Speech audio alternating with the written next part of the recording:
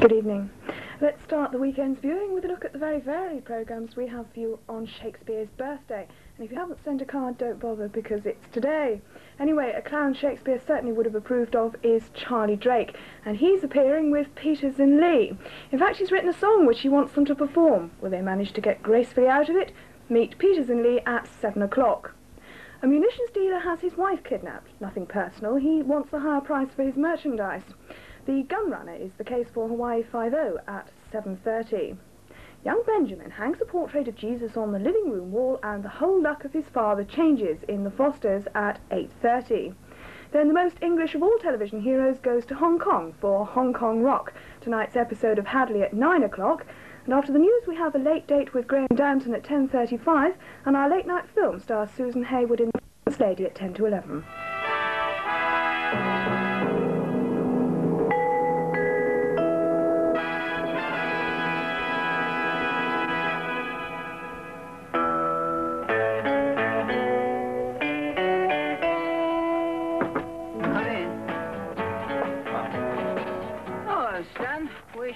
Jill, what you having a drink together? Oh, well, Jill stayed at home. Sarah's not well. Oh, I'm sorry. And Sheila, well, we've had a row. Well, show me the family that doesn't. No. Not a family row. Not in that sense. It's just that Vera's accused her of pinching all her customers. She's what? How? Well, this job that she's been doing at home. Oh, dear. Yeah. I mean, Vera had every right to have a go at her, but... Well, she has been desperate for money, you know, Stan. I mean, this place has really been costing her. Yeah, even so. Anyway, how's your house? Oh, that's progressing nicely. Had one or two people come round to see it, so... So cheer up, then. Sure. Look, you come and have a drink with me. That'll cheer me up. Yeah, fine. Just give me a few minutes to finish these accounts, Oh. and I'll be right with you. All right, then. I'll be waiting. Okay. It's all very well for you to get uppity with me, but what have you done about him all these years? There's nothing I could do about it. I had my wife's feelings to think about. What do you think she'd have thought if she'd found out? Men, you're all the same. It's not women's feelings you're bothered about. You never thought much about my daughters, did you? You only care about what your women think about you, little tin gods. I don't think mudslinging's going to get us anywhere. I had him to look after on my own. She hardly came near him. It was too much for an old woman. I'd had my family. Well, you should never have pushed him out. He was a big lad. I couldn't keep him in check. Yes, and he was not to mince matters backward. Well, he certainly didn't tack after you then, did he? Because that's something you never was. More's the pity. Look, I bought him this house, and, well, you know it. And you lived here on the understanding that you'd look after him. That was our agreement. Is mine. What does it matter? What do you think would have happened if I'd moved out from here and left him here? Oh, as it was, he got himself a place on a farm and he was happy enough. Well, why didn't you let me know? You didn't want to know. What would you have done? Taken him into the family business? You didn't want to know, Tom Reed. You thought you'd bought us all off with this dump. You never thought of it as a home for your son, only conscience money. Takes two to make a baby. Aye, and only one to feed it. Anyway, I suppose this place will come to him soon enough, when I'm dead and gone. Yes, and what's he going to do then? He'll manage best he can, like the rest of us. Don't you lose no sleep over Benjamin, Mr. Reed. You just count yourself lucky you're well out of it. Yeah, Gran. They got the milk. Do you want that I shall put a kettle on for you? Did you want a cup of tea, Mr. Reed? Yes, that would be nice. Well, go on, then, go on. Yeah, he's got a good turn of speed from the little I've seen of it when Oh. Dad and Carney have had it out. But What? they're not training it right for a race. What? They need to train it up for speed. I've got a bone to pick with you.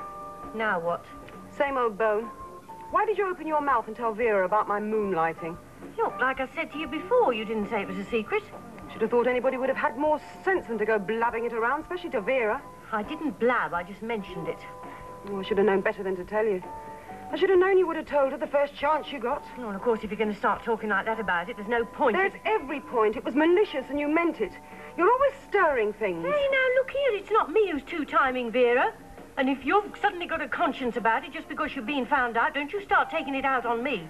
I haven't done anything wrong, it's you. I haven't done anything wrong. Oh, not much. And anyway, it's my business. Yeah, taking away Vera's business. I haven't pinched a single one of her customers. That's what you say. Are you calling me a liar? I'm not calling you anything. I don't go in for slanging matches. You're calling me a liar. I wouldn't know, would I? Only you would.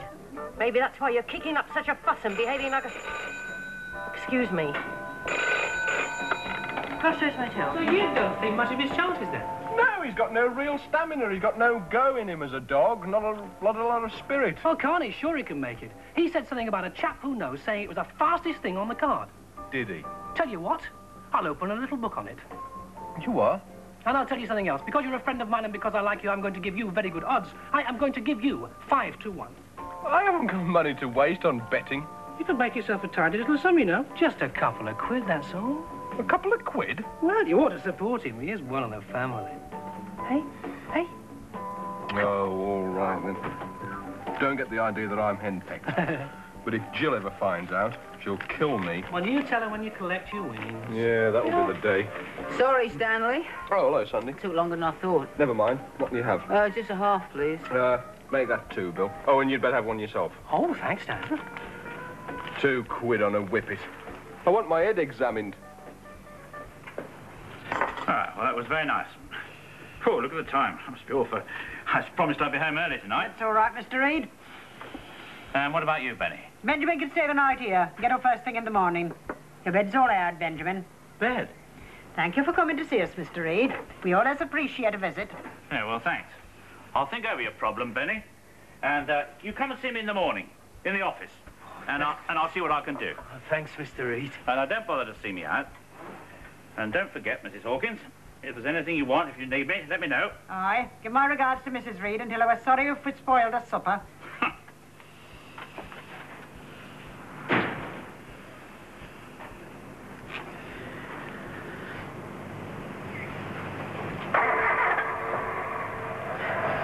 Gran, what's deeds? What do you mean? Deeds? Don't know what you're on about. Well, when I come over in car with Mr. Reed, I tell him how Mr. Ant showed me to read and write and that. And he say, well, get your gran to let you have a look at deeds, because they make good reading. Look, I ain't sitting here all night jawing. I'm going to bed. You can do as you like. Oh, well, can I have a look at them deeds, like, because they likes a good read? Yeah, my way. Men. Yeah. All right, then. Might see you tomorrow night. Yes, right. Ta-ra then, Stanley. Cheerio, Bill. See ya. Mind how you go. Yeah, 2 quid lighter. Here. What's all this about whippets? Whippets? 2 quid on the nose. Oh, that was just a friendly little wager between friends. I thought you'd turned over a new leaf. Well, I have. Oh, yeah. In the racing calendar.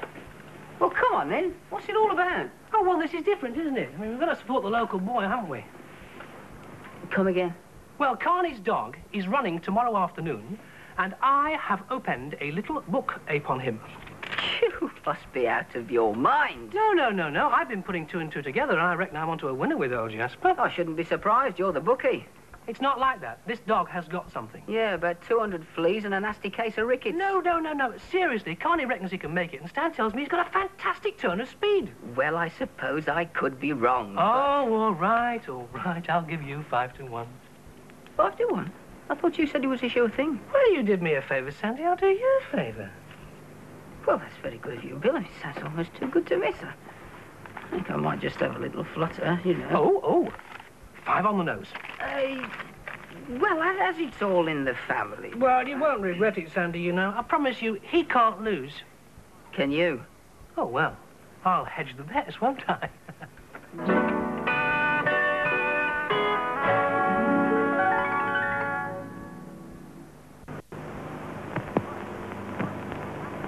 Last year, the family holiday cost me 250 quid, and I don't remember any of it. But this year, I bought one of these new Kodak Instamatic cameras. Easy to load, easy to use, and easy to pack. And the snaps are big enough for anybody. I'm not bothered. Where I've been on holiday, we'll never forget. Big, beautiful snaps from the new Kodak Instamatic camera range. Now there's something new to smile about for millions of people like you. New fresh Steradent. Every day means confidence in every way. A natural smile, the pure fresh feeling of Steradent. Every day means confidence in every way. New taste, new freshness, a new confident you. Steradent, a new fresh way to confidence for every day. The sun has gone deep into the heart of all natural things. Like the natural things in your Sunsilk shampoos, which forever hold the beauty of the sun.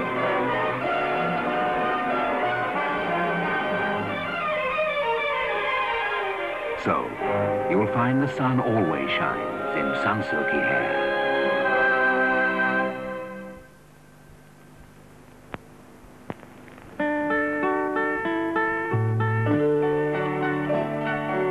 If you remember the sense of achievement that painting your first house gave you, you'll be delighted to learn that Semtex makes painting your present house almost as easy. Only the sense of achievement lasts much longer.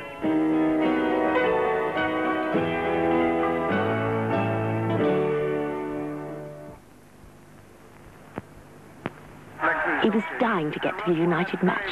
Then he got this wretched tummy bug, and when he couldn't eat, Lucasade helped give him the energy to get better. Now, don't overdo it. He's been crying for the ball for some time. Roach has seen him now. He's in the clear. He has it. That's the fullback gone. A wall pass off. He's on with the shot. He could be in, and there's the goal we've been waiting for. The youngster's done it. There's only 2 or 3 minutes left. It could be the winner. Lucasade aids recovery.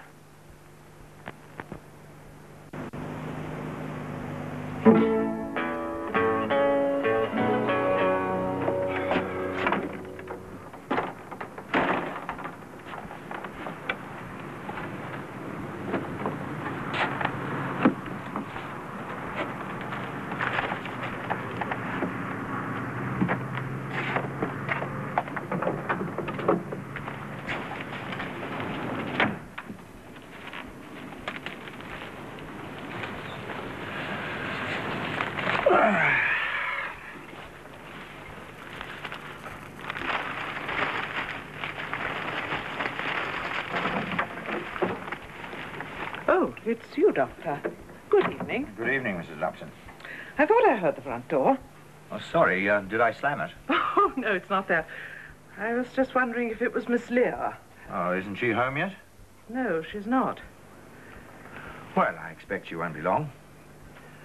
What do you have for us this evening? I warn you, I'm starving. It's only hot pot. But, smells awfully good, whatever it is. I can hardly wait. But Miss Lear, Doctor, she's not here. Well, she's probably been delayed at the hospital. These things do happen. I'm sure she'll ring us if she's going to be very late. Oh, no, it's not that. You don't understand. She hasn't been at the hospital all day. What? Surely, this isn't one of her days off. Well, that's the whole point. She should have been there, but she wasn't. I don't understand.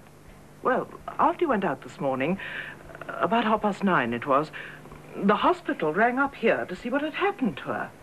She was supposed to be on duty at 8 o'clock, but she never turned up. It's a puzzle and no mistake. I do hope she's all right. All right? Well, you said yourself that she might be ill. I thought last night she wasn't looking up to the mark. I asked her if she got flu coming on or something, but she said she was quite well. Last night? When was this? Oh, it was late. After you'd gone to bed. I'd been over to Castlewich to see my sister, and I'd missed the last bus. And it's a long walk at the best of times. You know what that road is. Yes, but what about Leah? Well, after the long walk and everything, it must have been about 12 o'clock when I came back home. And I came in here and I saw that that light was still on. There, I thought, someone's gone to bed and left it turned on. So I came in here to turn it off. And she was sitting there on that sofa, all curled up like a child, she was. Asleep? Drowsy, but not asleep. Her eyes were open. But they were all sort of staring.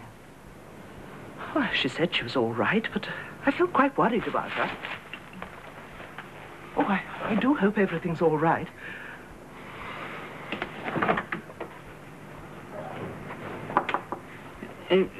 Come in. Ah, there you are. Now, here you are. Don't forget to drink it this time. Yes, thank you, Jane. Oh, and yeah, and you can tell me what you want for supper as well, Wastamere. Well, anything, Jane. I'm not fussy. Well, how about chicken casserole? It smells nice. Yeah, great. Oh. Having trouble? Look, would you mind telling me how I'm supposed to word an advertisement for bar help, making it plain it's got to be a man, without getting into trouble with your lot? Well, why has it got to be a man? Well, there's all that cellar work, you know. I can't see a woman lumping great big crates of ale around and... And? Well, we've always had a man. Too many women around the place already. Oh, I see. Anyway, I need somebody I can swear at. Well, why don't you just ask Bill Warren to stay on? I mean, he's managing all right, isn't he? Oh, yes, he's managing all right. In fact, he's managing so well, he's managed to take on another job as the motel's bookies runner. He hasn't. Oh, didn't you know? You must be the only waitress for miles who hasn't got a quid on Carney's Whippet. Oh, I thought he'd turned over a new leaf. Well, that's how it all started before with his gambling. He'd waste every penny he had on the horses and then borrow it all back from Avis. Yes, well, Avis isn't here at the moment, Jane. Anyway, there's nothing very terrible about the odd bet, as long as you keep it in the family. As a matter of fact, I've got a few quid on Jasper myself. You have? But that's just encouraging him. Yes, well, it's only a bit of fun, Jane. That dog hasn't got a chance. Well, I don't know. You know, Carney's been training him up, and the local talent can't be all that hot. But they come from miles around. Well, as far as Yorkshire, some of them. What do you know about it? You can't be brought up in the north without knowing something about dog racing, especially whippets. Look, I'm going to have a word with Bill Warren. Now, steady on, Jane. Take it easy. Well, somebody's got to, for his own good.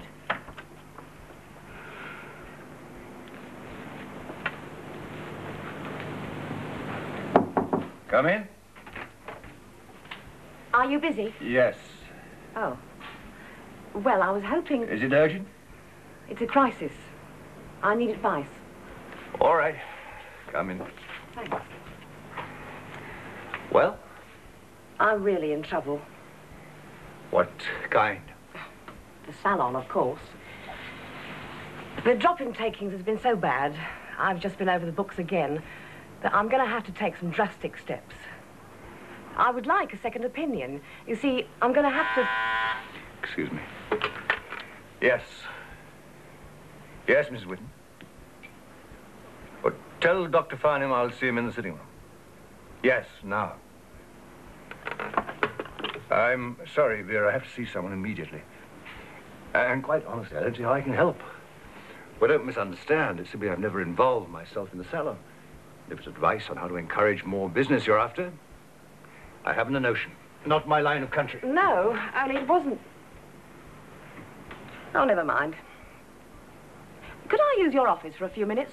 There's somebody I've got to see as well. Please do. Excuse me.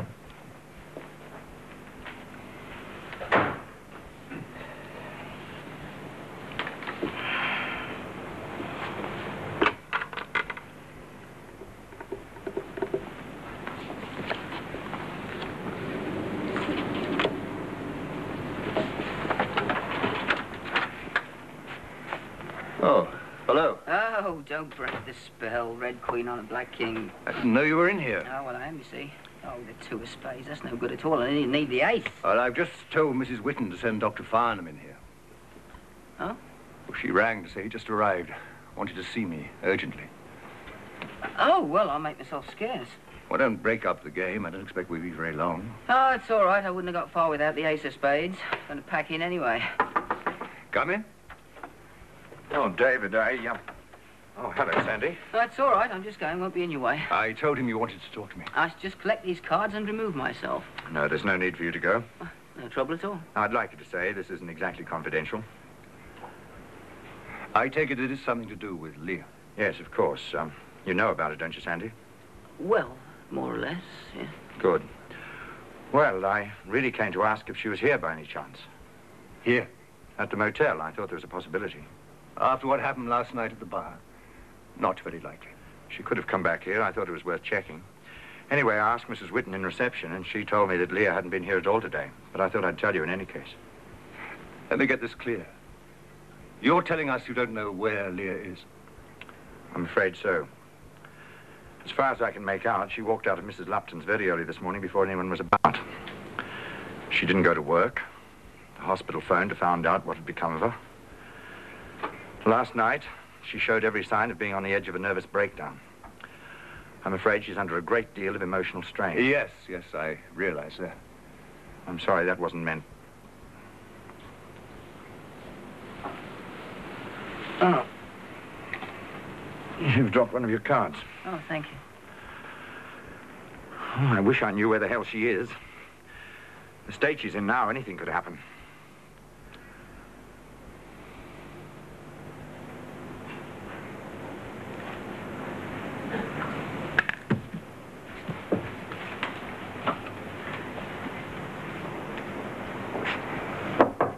Yes? Oh, hello, Sheila. Come on in. Sit down. I can't stop long. This won't take long. Well? Business has been bad, Sheila. Yes, I know. I wonder if you know how bad. Yes, I think so, and I'm sorry, but there's not much point in you bringing me in here to tell me. Well, it's best said in private. Oh, well, don't bother. I won't blab it But around. you're sacked. I'm what? I'm giving you your notice, Sheila. I'm sorry. Like hell you are. I call that vindictive.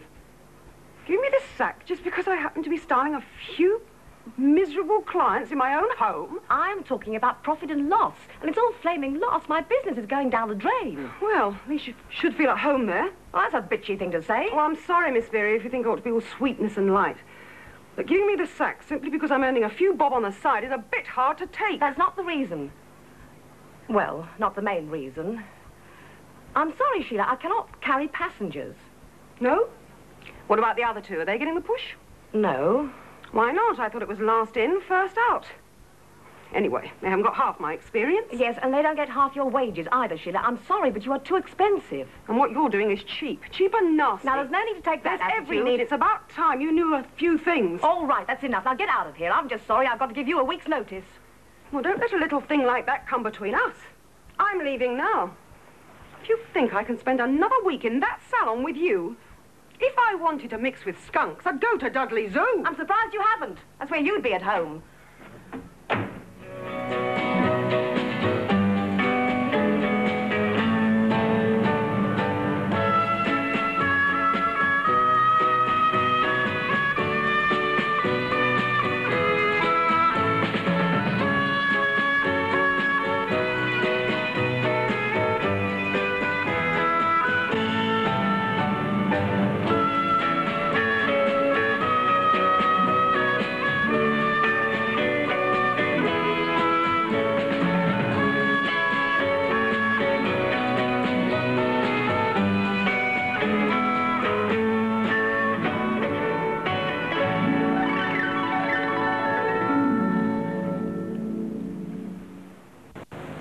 And next on Westward, we meet Peters and Lee. The signs are up at your Hoover dealer. See what they're offering free on top of Britain's best-selling washing machines, free kettles on Hoover Automatics, free irons on Hoovermatics. Pick a Hoover now. With free gifts on top, they're even better value. Your Chrysler dealer is still making you great offers, like the improved Avengers and Hunters with no price increases, and the Protector. See your local paper for details and get the Buy of the Year from your Chrysler dealer now.